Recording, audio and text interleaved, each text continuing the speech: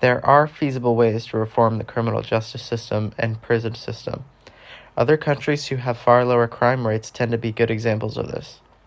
Scandinavian countries are often used as examples of how other countries can improve, but they really are existing proof. As mentioned before, Canada's recidivism rate is over 40%, that being the rate of convicted criminals reoffending, whereas, say, Sweden's is 30% or Norway's being 20%. Both Sweden and Norway have vastly different prison systems from Canada, where prison is a last resort and rehabilitation is the main priority. It's also important to promote change in the way that we look at sentencing, crime, and other people with different lives than our own. We cast judgment onto others as though they have all the same opportunities as us, and this is especially prevalent in wealthy white families and communities. Oftentimes, people throw around the idea of life sentences or saying things like, they need to be thrown in jail. We essentially treat prison like a punishment and not as rehabilitation, and in reality, prison does function in a way that punishes people over rehabilitating them. There was the one issue where I thought there should be clean syringes handed out in the prison. That was what it was that I couldn't think of. And it seemed obvious. The places across the country where there were syringes to exchange were showing results. Good things were happening.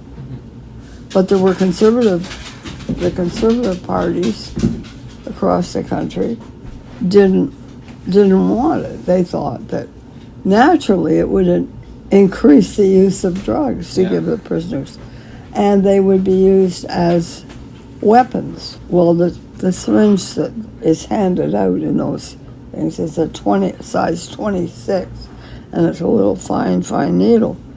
And at one meeting, I pointed out that if you took that needle and went like that to somebody, the needle would bend. It wasn't a very good weapon.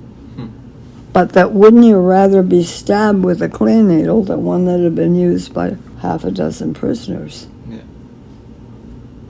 Because if you didn't want to get AIDS, it's better to be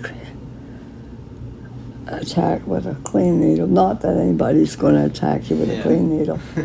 But the point being that that's a bit of a cop-out to say that it was going to be used as a... And so I wrote a letter to all of the powers that be with regard, having done a lot of research, a needle exchange. And I enclosed in each letter a clean syringe and a sterile syringe in a package so they could see what the syringe looked like. What happened? Everybody that opened that, like the secretaries in the office, freaked out. They thought somebody was trying to get them. I mean, it was so stupid. It was so incredibly stupid. I've got the letters. I've got the letters that were written to me about what I had done, this terrible thing. And anyway, I don't think they still have syringes. I don't think.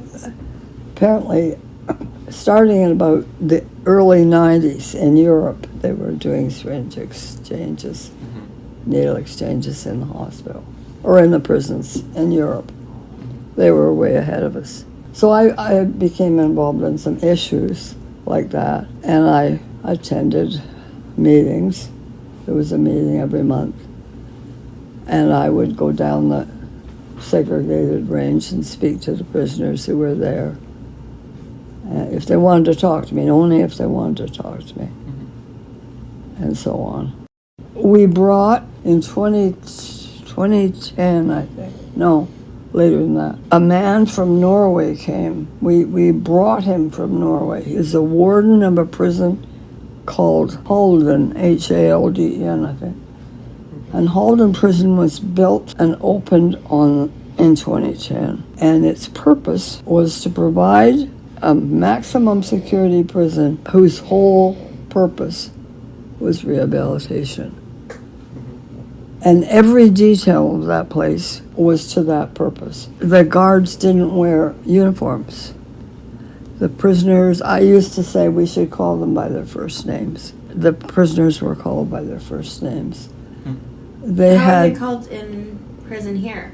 By their last names? by their last name, I guess, yeah. It seems impersonal, and Yeah. you know, and the purpose of it being kept impersonal is because they want a distance between the correctional staff and, you know, like a little, you don't. But in Halden, there are videos of Halden, and they're playing darts with the guards. Now that to me is a very Yeah. it's Probably wouldn't want darts in here, right? it's They didn't want syringes. you don't want anybody's eye put out deliberately. The warden came, and I got to spend part of the day with him.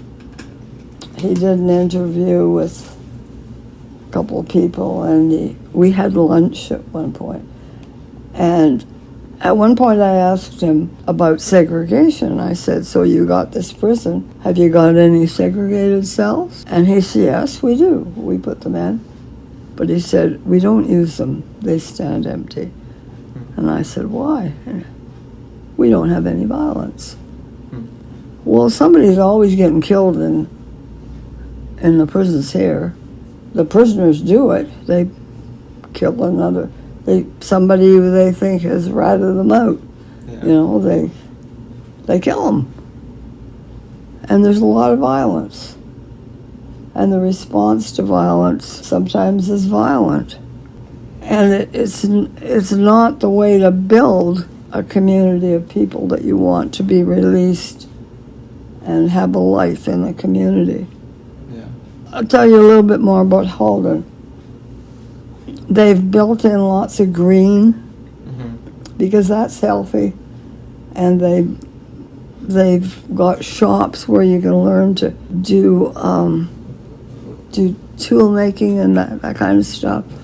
There's a recording studio, so there are always musicians in prison. Yeah. And you know that they can make a recording or play music. You can learn how to be a cook, and they follow the prisoner into the community and help a little in them getting established. Sounds idyllic, you know. Yeah. I really need to know whether it's still working. Well, I've even seen, because we mentioned Norway's prison system and like prison systems in like Sweden and those sort of areas, and I've heard people who work there and their philosophy behind it, and it seems like the overall worst part of going to prison for most people, regardless of where, is losing your family and being separated outside from your community and your family. Yeah, and so you're already losing that. Yeah. So why add, this environment where you're treated like you're not human anymore? The last question I had was, what can we do individually to make an impact on the prison system here?